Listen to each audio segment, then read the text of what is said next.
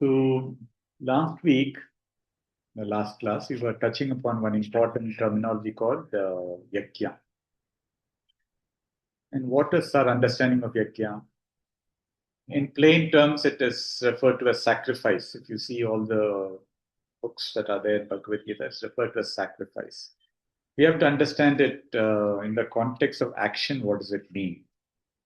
And the way it was, clearly stated is that yakya is a cooperative effort. It's a cooperative effort wherein a lot of forces come into play to make something happen. It's a collective thing. Like it that happens. The example that was taken is like in a village or a community where people come together to make something happen. Or organize an event. Let's say you organize a satsang, you organize anything for that matter. In a village, it could be something different. It could be where they bring pujaris and make something happen. Or when there is no rainfall, people get together and organize something where to get rainfall. A lot of things you can define it, but in all of that, what is happening is that everybody is doing something for a collective good. No one has got a self intent in anything. Everyone says this should benefit the entire community. So similarly, an action that we all do also has a lot of collective forces. It is, you might say that I did that, but for that to have manifest and as to result to yield out of that, a lot of other forces have to come into play. That could be natural forces, it could be technology, um, it could be your own body's forces, to make things happen. Everything is required to make something happen. So the stress was that to look at that the action karma that you do. So one of the therefore the attitudes that we have to take towards karma, towards your karma, which is comes under karma yoga, is to treat every action as a yajna. That is the key message. That means that I am just one of the variables. I'm just one of the people who's doing it. It could be some, we talked about devatas, we talked about many things, and a lot more will come in the exam in the next few verses. So that background we should keep in our mind. The yajna is not something for somebody else. It is for what you and I do every minute, every action that I do. Cleaning a bathroom, cooking. So many things happen, right? So many forces have to come, be there for it to happen. So moving on, the 10th verse we will chant now. सह यज्ञा प्रजा सृष्ट्वा पुरोवाच प्रजापतिः अनेन प्रसविष्यध्वम् एष वोस्तिष्ट्वा कामधुक्. So here you use the word Prajapati. Prajapati means creator. This Prajapati at the beginning of creation. So somebody asked when it was created. Almost all saints, including Guruji, says that you cannot say when it was created because it is a circle. But just for us all, we all go by timelines, right? Let's just assuming somewhere, sometime, when something was created. If you look at all the open, all the sacred texts, it said that when it was created. When creator here we have to understand as a creator means for us total mind. Total mind is a conglomeration of all the minds that are existing in this universe as a total mind, or ultimate divinity, whatever you call it, right? It started with first with 5 elements being created, earth, water, air, fire, space. Only after which anything was created in terms of any living beings. So human being, etc., came much later after that. And so when the creator came, there were a lot of laws, there were a lot of rules written about how things should be happening. These are all there in our sacred scriptures. Um, like dharma, there is also dharma for many other things. So we'll not get into that. So here he is saying, in this particular stanza, right, the creator created all of this at the beginning of creation for mankind to follow. For mankind, meaning you and I to follow. That everything has to be done with an intent of sacrifice, with the Ikya spirit in mind. The reason, and if you look at the starting point, right, even before you look at all the elements that we have. You look at nature that we have. Everything works in a cosmic order, pakka order, right? The total harmony. It's only mankind, man that thinks that he's superior than nature, tries to influence the nature, but by nature by itself is all self-governed. It does everything by with a total harmony. So the cosmic world, whether you look at the stars, whether you look at the sun, the moon, the energy system, the weather, everything. So that spirit of self-sacrifice is what has allowed us the generations, one generation to the next, for people to multiply, for progeny to be developed. So here he's saying that therefore, what you and I have as a unique thing compared to other non-human beings is one of intellect, which is a free will. Free will means I have a choice of what I want to do. Right. So that has got two facets to it.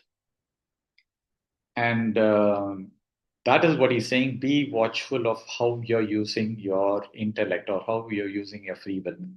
I'll give you an example that I heard one of the Swamijis talk about. Very beautiful example. There are two rooms, large rooms, in which there are people. Um, they have to eat food. So people are facing each other. Huh? People are facing each other, and there are two rooms there. Food is there in the middle. No spoons, nothing. The only thing that you can use is your hand. Now, the constraint that is given to all of them is that their elbows are straight. That means there is a bar that is put here, so they cannot bend the elbows. They have to eat. They cannot bend down like a dog eats, with the mouth down. Correct? So, room number one, people, the food is there, nice food to be eaten. They're all fuming at each other. Right? Food is there. They can't, with the hand side, they can't reach the food because it's longer than it is. And to be able to take the food, you have to have some bending actions, right, for you to eat it, right? You can't just eat it like this, correct? So obviously it's not possible. So they're fuming, sweating, they're starving themselves. Room number two, happily with music running, they're eating. What is the difference? One was feeding the person opposite using the hand. He was taking the food from the bowl which was kept there, and with the straight hand, put it into the mouth of the other person, and the person opposite also was doing the same thing. What does a simple example tell you? I have a choice, right? If I do things in a spirit of cooperation, if I do this, where I want to, make the other person benefit, the other person also in turn make sure that you benefit from it. So it is not about, one of competitiveness. We'll talk about competitiveness a little bit, but it's one of cooperation. It's one of, being together, making things happen. It's like a win-win situation, as they would call it, right? So that is the spirit. So the first case, what they use the free will of making sure they don't eat, the other person does not eat. They'd rather die than to offer food to somebody else. So they look at that as a constraint. They got attached to that particular. They don't want to look at a solution. The other people looked at room number two, looked at what best can I do with this. If I can do something for that other person, make sure he at least eats. I'm serving somebody's need. You understand, right? That is what. So free will can can result in heaven or can result in hell. When I mean heaven, I'm not talking about some, it's about mindset. Hell means what person is, starving, people is sweating, not able to food, ultimately may even perish because of lack of food and so forth. Heaven means what? Everybody is happy. I got the food, and I'm happy that I was able to share my, thing with the other person, and the other person is also feeding me. That is the mentality that, is stressed in these stanzas, is one of interdependency. So whenever there is a cooperation, that means there's an interdependency. I depend on you for something, you also depend on me for something at a society level. That is the Yajna spirit. So here, Krishna is saying, use the free will very judiciously, right? Don't use it for your selfish interest. Use it in the larger context. When that happens, then there is a word called Kamadenu. You see the word here, Kamadenu. Um, it says here, Yotishva Kamadukut. Kamadenu is nothing but uh, like a symbolism of a mythological cow. Now, cow gives a lot of, nutrients, right, etc. Now, Kamadenu is also referred into our scriptures and some of the Puranas as belonging to sage Vasishta. But let's not get into that. But Kamadenu is symbolic of something that fulfills all your desires. So, somebody who is actually in the spirit of giving, in the spirit of cooperativeness, in the spirit of non selfishness, his or her desires get fulfilled by nature. And this Kamadenu is just a symbolism of that particular thing. Ishvara takes care of it, the creator takes care of it. You just have to be in that space of Yajna spirit.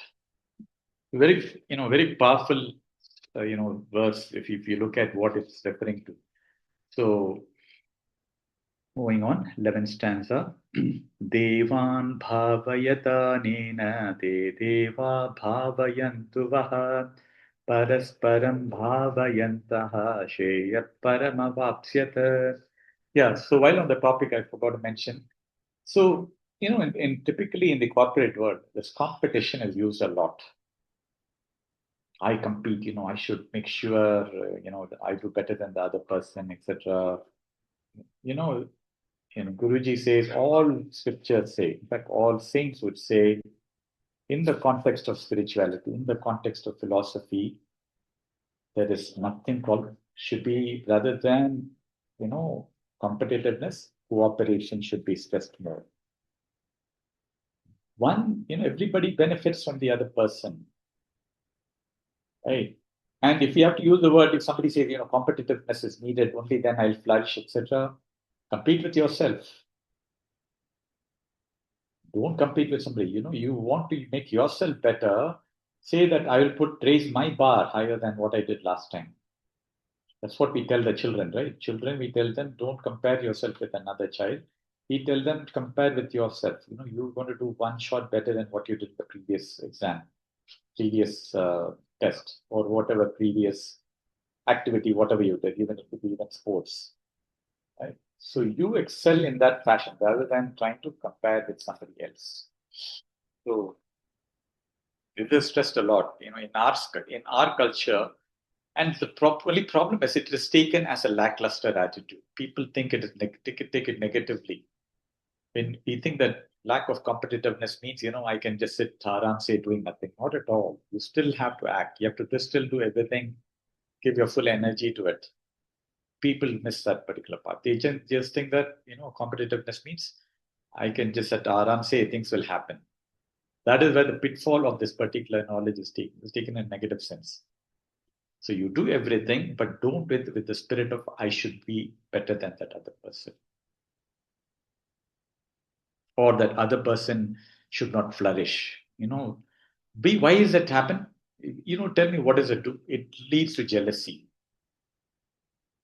It leads to jealousy, right?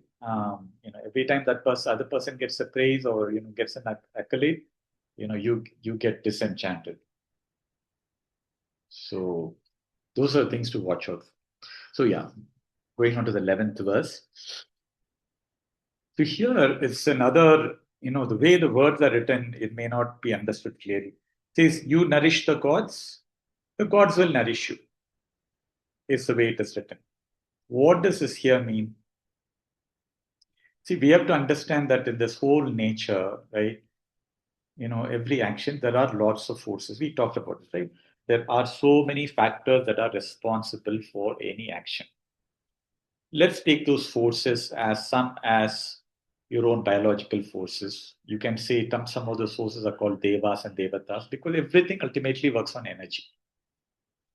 Matter is energy. There is nothing called matter. Everything is only energy. It is just a matter. You see it in a physical form, and therefore you think it is matter. But at the end of it, everything is one, uh, what you call wave functions of different frequencies. That's what science has proven. I'm not saying that. Science itself is saying there is nothing called matter. So when you look at it that way, right? So we have different energy functions within our own body, and energy to do, then to serve the the neurological system, our breathing system, our excretion system. Everything is governed by some devas or devatas, digestion system, everything. So they all have to be in play, right, for something to happen, for me to even function as a normal human being. So for me to take an action or take a project and fulfill it, all of these forces have to be in harmony for me to perform an action. So here the stanza is saying respect those forces. When you respect those forces, then you they also in turn bless you. There is a beautiful saying in one of the Puranas, Devi, right? Bhagavati, as they call it. Um, there is a symbolism here. No? Don't take it literally. In nature, there is a tree. So every tree is symbolic of the hair and the body of Bhagavati. Every tree is symbolic of a hair. Every hair is equivalent of a tree in nature. Every blood vessel of Bhagavati is equivalent of the river that's there in nature. So think of it. If I block the rivers, right? I don't allow the rivers to flow naturally. What is the equivalent of it that's happening in the blood system? You're not allowing the arteries to blood flow to happen in arteries and the veins naturally, isn't it? Man is polluting the rivers with chemicals. What does it mean to the blood?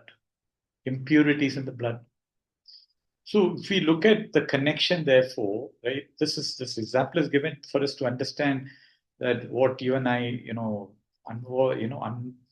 unwillingly or unwarranted may be happening, through directly or indirectly to the nature because of all, the lack of focus on nature, what it might be doing at the higher level. So being aware of these things, right, that there is a deeper connection. Nature is, that connection is what we need to look at. So it is, so if you look at nature for us, every day we use three things very primarily, right? Water, air, and earth element. Somewhere we are using it. How much are we nurturing it? Right? How much are we preserving it? So to that extent, if I, look at the fact that there's a Lord Indra who's the Lord of rain, Lord Varuna who's the Lord of all the oceans, right? All of these have to exist, right? For rains to come, etc. So the moment I disregard certain things, I don't do certain things in the Yajna spirit, what am I doing? Right? And then we blame that nature is harsh, cruel, blah, blah, blah, etc. You have to ask ourselves, right? Are we doing things, right? Are we nurturing by growing plants, watering the plants? If there is a birds are there, people make nests for the birds. People make water places. Birds can come and you know take water, especially during summertime. Lots of things that we do. So looking at the nature also as an integral part of our life. Looking at all the forces that govern an action as also an integral part of our life. So when you do, you get blessed. This also includes animals and pitrus. What are the pitrus? When you and I meditate long time, right? Every time there's a meditation, you connect with the ancestors. You are indeed putting a positive, you know, mindset in them. And when they are in a positive mindset, they bless. These are all subtle things. They're all happening. It's not. I'm not saying this. This is all. I'm sharing with you what I've read and what I've shared from what I've heard also from all the gurus. Right. So in every action that we do, there is a positive. Whenever you're doing something positive, especially, there is a lot of things that are happening to our own benefit. We take it for granted. Right. So when I meditate, I am blessed. So um, could be your ancestors, it could be, anybody that you're connected, it could be even your friends, whoever you're deeply connected with. So therefore make the life what we should do. This life, if you look at it as a worship, if you look at, action as a like a worship, see that, everything that I do, right, on a day-to-day basis, using these natural forces, water, life, earth, etc. Um, how much can I, respect it, treasure it, preserve it, take care of, purity of it, and so forth, right? To the extent that we can. I'm not saying we go and, we're not going to go and, what you call, go do hard work. Some of us may not be able to do to go to some rivers and purify it. That you can do it through other means. But in whatever way we can do it at home. And best of all, nurturing things. Right? If somebody is cutting so many trees, can I do a little bit by growing some plants at my own place? Correct. Some small things to ponder about. So that is what is stressed in this particular thing. So whenever you fulfill others' needs, when I say others, it could be many other things, be it nature, be it even your own kith and kin who are no longer in the body, all of them, indirectly or directly, you are blessed. Okay. So 12th stanza. Ishtan bohan hi vo deva dasyante yajna bhavitaha तैर्दत्तानप्रसादेभ्यो यो भुङ्क्ते स्तेन एव सः. Yeah, it's stressed similarly here that, those devas, right? Um, those people who offer the sacrifice, right? And once those other forces, be it called the devas, devatas, are nourished by the yajnas that we do, then you achieve those desired objects. You're blessed with the objects that you want, that will be given to you automatically even before you ask. It's not that I ask for something, I'll get that. It is what is necessary for me at the right time is given to me. Automatically happens. You look at, we'll talk about that later, what happens to the saints and everything. We'll talk about that. So here he's saying something, somebody who does not do that, somebody who's selfish, somebody who doesn't look at this yajna spirit and reaction that is there. This person is self-possessive. Here, it says here, bhunkte stena eva saha. That person is a thief. A person who is, self-interested, right, is not looking at the spirit of cooperation, who does not respect what is happening, the gift of the body, the gift of everything that is there given to him. That person is a thief. So this particular thing, right? So therefore, there is, in all of this, what do you see here?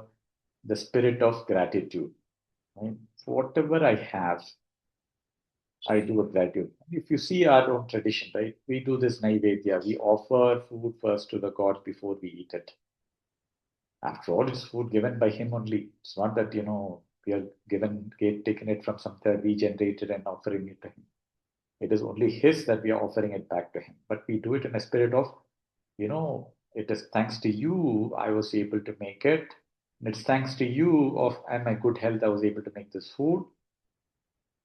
So, so this is an offering. So that with that offering, then you take it, it has got all the blessings.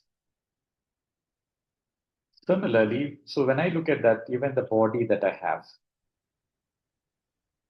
the mind that I have, the talents that I have, everything is a gift. Nothing is, whatever we think is my talent, whether it is music or guitar or dance or whatever, is something we can say, I built it up. Even if you've gone to a teacher and learned it, it is still a gift. So if I look at that with a sense of gratitude, right, that I have earned it. Yeah, my effort, of course, is there, but it's thanks to the blessings, grace, and from your side that I have actually gotten this thing. How do I reciprocate it? By sharing what I've done. If somebody is a musician or somebody is an artist, what is the best way to share is to teach others that particular art. If somebody is very good at cooking, you know, teach others how to cook, just as an example, or dance, whatever it might be. Somebody who keeps it to himself or herself is a thief. That is what is stressed in this 12th stanza. 13th stanza. यज्ञशिष्टाशिनः सन्तो मुच्यन्ते सर्वकिल्बिषैः भुञ्जते ते त्वकं पापा ये पचन्त्यात्मकारणात्. The beautiful verse, if you understand it, these whole things. So we look back even at the previous stanza. One additional point you can take, right? You look at all the inventions that have happened. So many inventions that have happened, right? We can take one example, uh, sound magnification, like a microphone people have. Like I'm talking on a microphone, right? A headset that's got a microphone, which is going to my laptop. It's getting amplified and goes through the space which can permeate the sound, goes to a receiver's end, which receives it, and you're able to hear it. So, so medium of microphone, of course, is an invention, but the law of magnification of sound is there all the time, the universe. If you go between two mountains and you make a little noise, how does that get noise? That sound get reflected? It magnifies, isn't it? So that magnification aspect is built into the nature.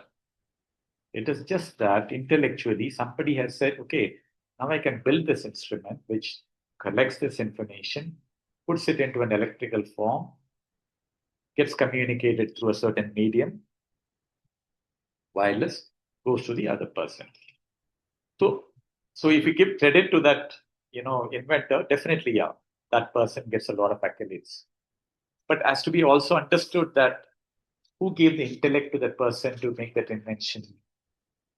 That is also a gift, isn't it? So we just have to look at everything in a different mentality, right? It's not to say that I didn't do anything, but it's also not to boost your ego so much that, because of me only this happened. The more we are humble, the more we realize that there's so many other forces that are there making things happen. So much so the better. So, yeah. So this 13th verse, remnants of sacrifices such as used. Muchante sarva kilpishaihi. He says the people, righteous people, right? What they so let's say there is a prasad that is there. Are you the first one to grab that prasad? Or do you first make sure that others have that prasad before you take it? So he says the righteous people are the ones who take the remnants of the sacrifice. Remnants mean what is remaining. So, if you go back to the joint families, etc., that we have had in India, especially, maybe even other countries also, the lady of the house, especially, right? She'll cook food, serve 10, 15 people. Everybody eats. Whatever remains is all she gets to eat. It may be that one item is over, two items are over. But the fact that she has served so many people is more than a pleasure. It's not as much as what is remaining. Right. So that mentality, what remains after yajna, I am more than happy with it. I am not looking at, how much maximum I can get out of it. So somebody who's cooking for themselves, right? Cooking for themselves means what? Whatever comes, I grab it first. I get everything. That spirit, if you have, is a thief. So offering, that's the reason, right? Offer first to the divine. Offer first everything as a naivedya. Everything. Offering the first income, part of the income for some betterment of the society. It's like offering to him. All of these, if you see, right, then I take whatever comes as a result. So 14th and 15th stanza are like couplets. We'll chant together and then go through the essence of it. अन्नाद्भवन्ति भूतानि पर्जन्यादन्नसम्भवः यज्ञाद्भवति पर्जन्यो यज्ञकर्मसमुद्भवः कर्म ब्रह्मोद्भवं विद्धि ब्रह्माक्षरसमुद्भवम् तस्मात् सर्वगतं ब्रह्म नित्यं यज्ञे प्रतिष्ठितम्. So this is another beautiful, reference that's made here in the context of action. So this is referred to as a wheel of action, wheel, like a cycle wheel. Now, what is a wheel here? So the first thing he says is that the 14th verse is that you and I, right, have come into this earth because of the food and the nutrients of the food that your parents, your ancestors have taken, right? My DNA, my genes, etc., made up of that, and my nutrients, whatever I'm made up of, has come from my parents, and if you take the family tree up, ancestors. So the food has therefore food is what leads to beings. This is true for anywhere, right? Even something that comes from an egg, even that something that comes from amphibians, etc., wherever beings are coming from food. Now, when you say food, don't take food as a, literally food, right? Food goes into the system as energy, as nutrients, that then, through procreation process leads to leads to beings, right? That's the process you have to relate it to. Now, where does the food come from? Food comes from rain, right?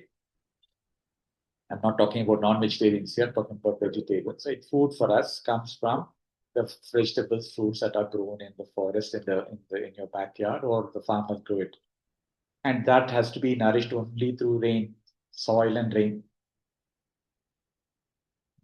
So in the absence of rain, you know what happens, right? Rice and everything, and what happens, damage, a lot of things happen. So, so the first thing is food. So you see the chain slowly building up.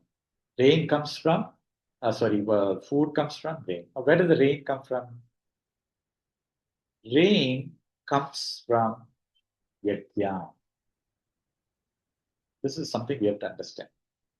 See, we have to see that everything, right? Nature, when I said blesses us, right? Nature blesses us with rain. Have you seen, right? Whenever there's a puja that happens in any village, any place, there's always a blessing that comes in the form of rain. Have you seen that? Nature blesses, it is so much in harmony with the forces that happen. You see, if not rain, you'll at least see a rainbow. Those of us who have been to, Navaratri, yajnas, etc., and the ashram, you would see constantly on Rishi Homa day, on Ashtami day, etc., rainbows, some rain also. It is just nature is so pleased with with the forces there, with the yajna activities happening there. Not even physically. Again, I'm talking about even the collective energy of everybody that has come to that particular place. So when that happens, nature gives a bounty full of rain. And rain, where does that yajna spirit come from? Comes from action. That's yajna is born out of action. So every time I do an action, if I do it in an yajna spirit, it creates positive energy. That positive energy is then blessed by nature in the form of rain. That rain then produces all the vegetables and fruits with which people eat it, and it leads to multiplication of beings. Now, where does the question then comes is that action, who gives this action to you and I? Creation is given, right? The creation is the one that has given you the five sense organs, the five organs of action. And so, therefore, in the absence of it, nothing is possible, right? If I didn't have two hands, if I didn't have two legs, all I had was a little body in the center, what actions can I do? Can I best eat, right? I can breathe, nothing beyond that. So actions, therefore, if you see it from a symbolic perspective, is based upon the blessings of the Creator. It's the gift that is being given to you and I to act by the Creator. And Brahmaji, or the Creator, is what nothing but it's coming from the ultimate divinity. You can call it the total mind, or you can call it the ultimate energy that is pervading everywhere. The God principle, if you call it the God principle. The God principle, you see, therefore, for you and for the food that's sitting on the table that I'm eating, and for the your son and daughter to be able to eat the food, and for their presence even today to be able to eat the food with you, ultimately it's a God principle that is made happen. And this gives a chain, this gives a wheel of action. And the importance of this wheel of action is if one of them doesn't perform their duty, there goes loose. Let's say that somebody doesn't perform the action based upon, a spirit of cooperativeness or yajna spirit, or nature doesn't bless. You do everything, nature says, you get lost, I'm not going to bless you. Rain doesn't come. What happens? Right? Or Ishvara doesn't bless, or the creator says that, next generation of people are not going to have these limbs. I'm just taking different examples. What happens? Even one small, issue with this wheel, if the wheel doesn't function, you know what happens in a cycle, what happens in a bike, what happens in a car. So that's what is taking. This whole wheel of action is something that we have to apply. Ultimately, it's a Brahman God principle that is making everything happen. But you and I all have a role also in it. It's not that he does it and everything happens. So we say, yeah, he blesses everything, but everyone has a certain role to play. Nature has a certain role to play. As human beings, we have a role to play, right? And so that is what is stressed here. So this principle here, this wheel of action is what is referred to. Um, is what is stressed in these two verses. Somebody who does not perform this wheel of action. That is where the 16th verse comes in. एवं प्रवर्तितं चक्रन्नानुवर्तयति हयः अगायुरेन्द्रियारामो मोकं पार्थ स जीवति. So let's maybe if you take this, if you take an example, when Mount Everest, right? First, people went to the peak of Mount Everest. This is actually live information. I'm not making it up here. Who are the people who climbed Everest first, right? Edmund Hillary and James Norton. These were the two people. I'll tell you what each one of them said, and you just relate to what we just talked about. What Edmund Hillary said is, I conquered Everest. He said, I conquered Everest. What did Tenzing Norgay say? I am grateful to Mother Everest for allowing me to touch her feet or touch her head, which is the tip of the peak of Mount Everest. See the mindset of the two. I'm grateful to Mother Earth for allowing me to touch her head. That is the spirit, right? It is not, you're not conquesting anything here. It is already there. What is there to conquest? It is just that it's an honor for me to do this. So if I therefore look at action as grateful that I can do this action, grateful that I've been given an opportunity to do this action. That is the spirit that we need to have, right? You're going to start a new responsibility, be it work or a social service. Be grateful, right? And therefore looking at everything in this cooperative spirit.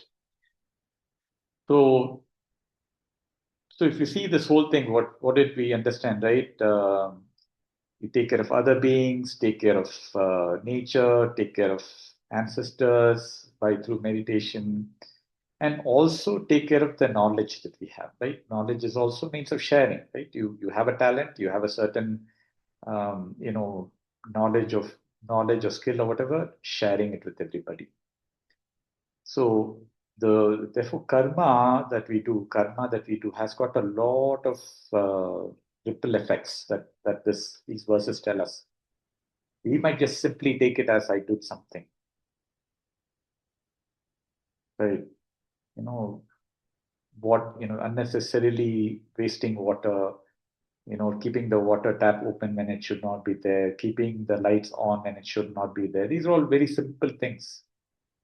Another 5 minutes here, chalta hai, doesn't matter. But all of them have a ripple effect over at a larger period of time. Right? One tree cut here has a ripple effect that will show up many years later.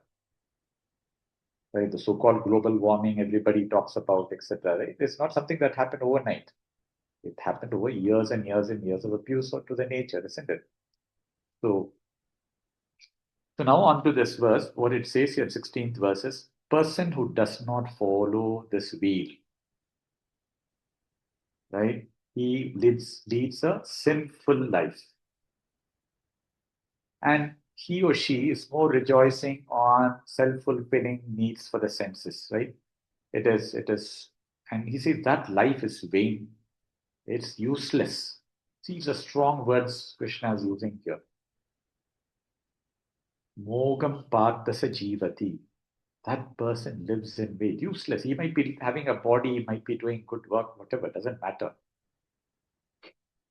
But one is not following the yajna spirit, one is not following the intent of this wheel of action that we talked about. That person is living a life of pain. On the other hand, a person who's using it, that comes in the 17th verse. Etsvat maratirev syadatmatriptascha manavaha atmanyeva cha santushtaha tasya karyam na vidyate. You've seen some popular words here. Triptyascha, santushtaha. What do those mean? Somebody who's content, somebody who is satisfied, somebody who is centered, all of that, right? So here he says a person who rejoices not in, you know, what he can get for a selfish senses, pleasure, etc. See, pleasure, the word pleasure, always you have to take it. I'm not saying you should not take pleasure in eating, right? But when you take that pleasure to the extreme, what happens? You're only looking at how I satisfy my senses urge. This eating, this one, or going to this movie, or something for my eyes, something for my physical body, all of that, right? So here he's saying go beyond all of that. So here a person who you know, is more soaked in the knowledge, who's a person who rejoices, doing sadhana practices, seva practices, or meditation, etc. Who's content with whatever he or she has. For that person, nothing more needs to be done.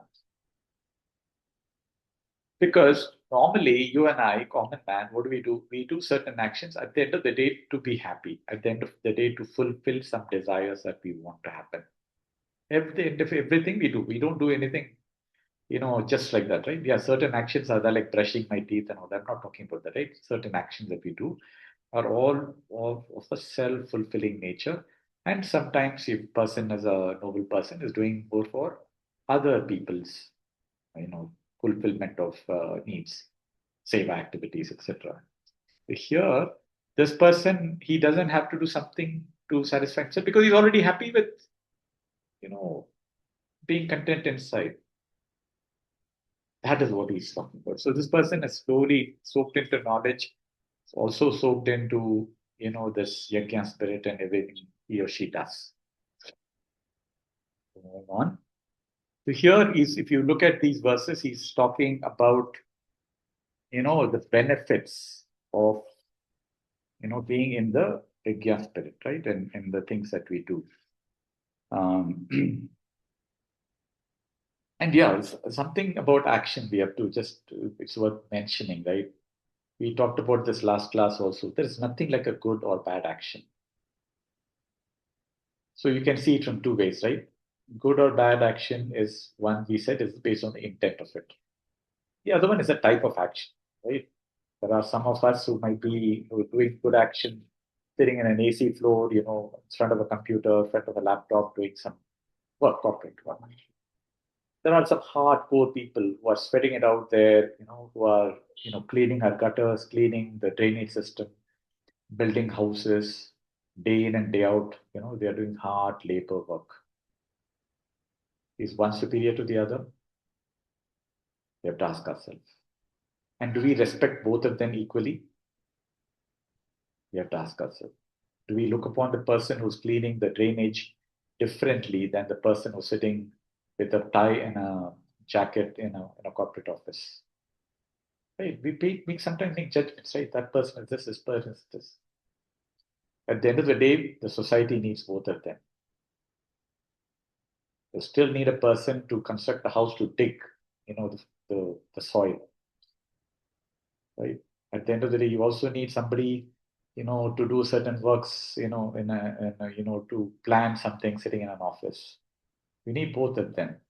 So therefore, to put judgment call on this action is better than the other is incorrect, even from that angle.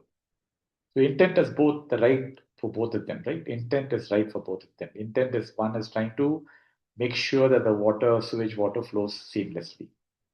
The other person is making sure that, action, planning, execution, all of that is happening. You need both of them. So as human beings, as people who are doing a lot of work, we have all these type of things, right?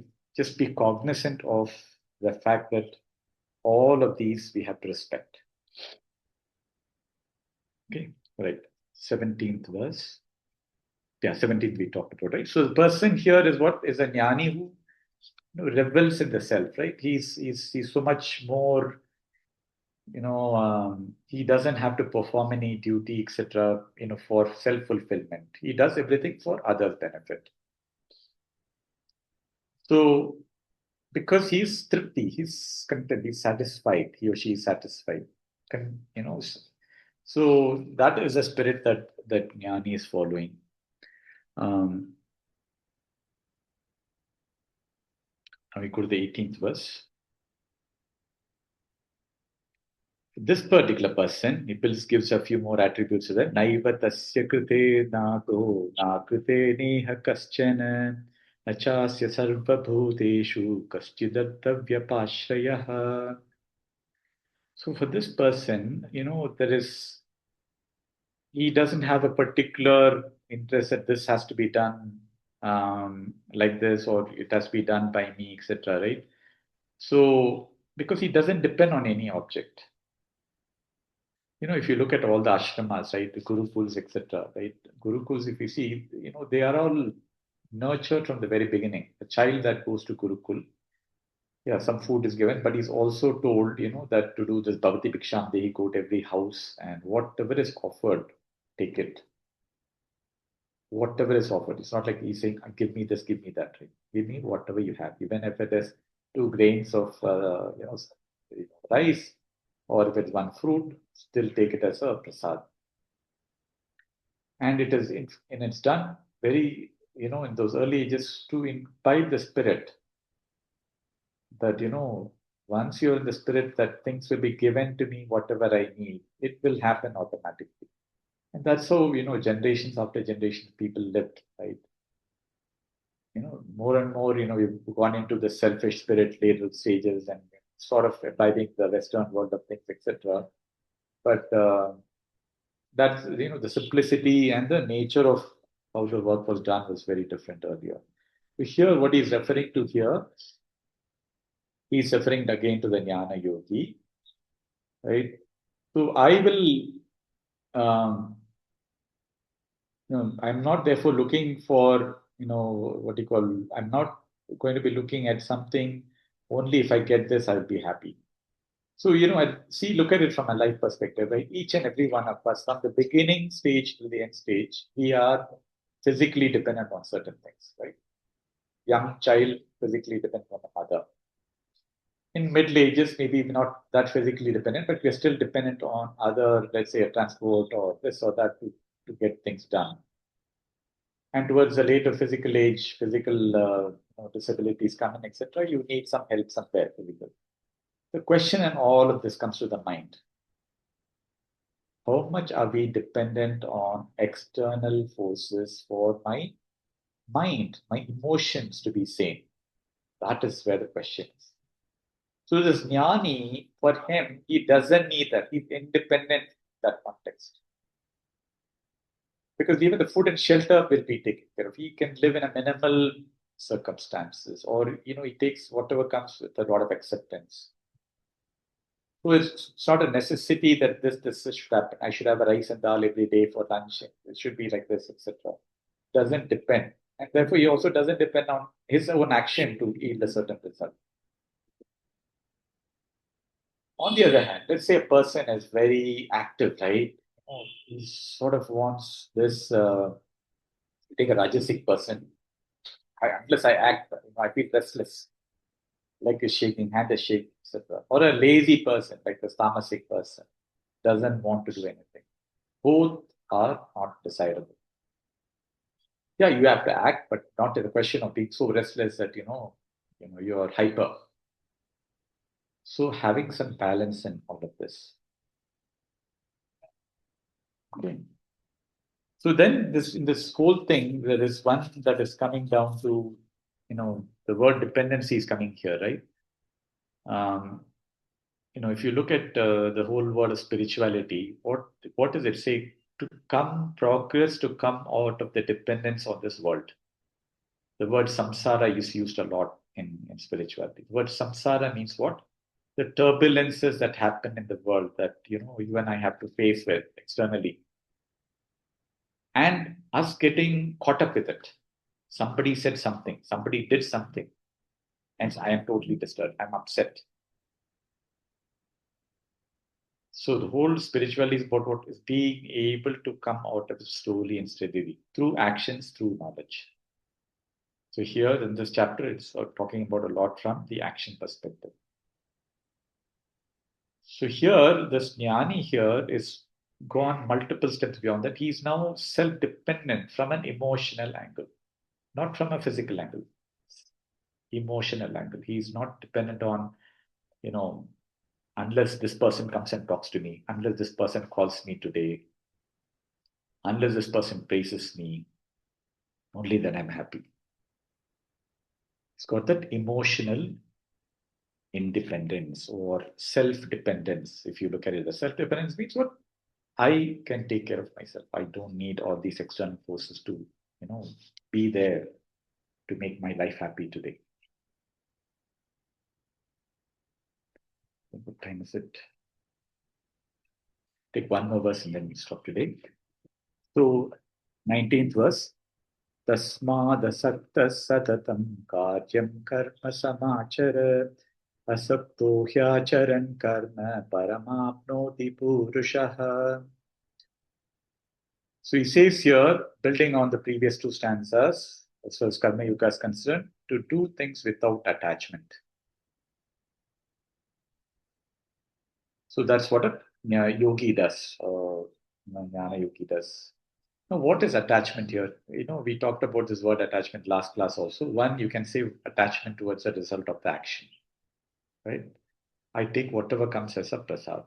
I'm not caught on the fact that only this result were there, I'll be happy. Otherwise, I get depressed. That is becoming attached to it. It could be also the action is, a lot of attachment, right? Some people go to beauty parlors to get themselves, decorated well. What you call plastic surgery to make myself look better in the mirror. So even in the action also there is that attachment towards my body, attachment towards how I perceive by others, attachment towards, getting accolades for my beauty. This is an example, right? All of these also come under action. And the other action, attachment is also attachment in terms of getting. I did even some seva, good work. I did very good seva work, right? Help the needy. But you know what? I'm expecting some reward for it. At least I should get a ride from there. Every day when I'm going there, I should get a ride, or I should get a, nice letter in the mail, or at least a WhatsApp message saying thank you so much for everything that you've done. Because of you only everything happened. Blah blah blah. That. And if you see all of them, what is it is doing? It is doing something to your ego. It is boosting your ego. It is making you, you know, self-fulfilling, right? And if it doesn't happen, you feel depressed. So it's not that ego should not be there, etc. We just have to be balanced, right? Only saying that only if this happens, I will be happy, etc. is a warning sign that is given here.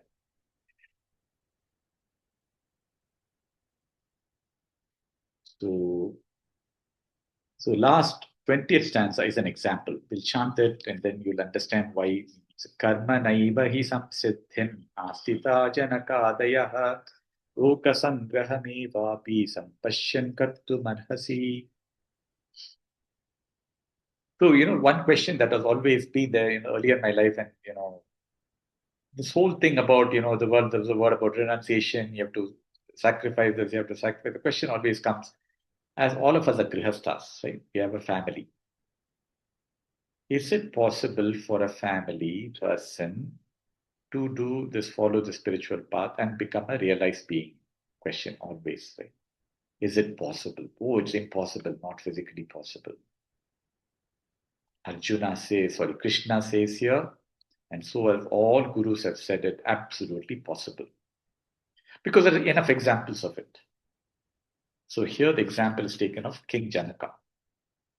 King Janaka, as you know, right, was the ruler of a kingdom. He had his own family.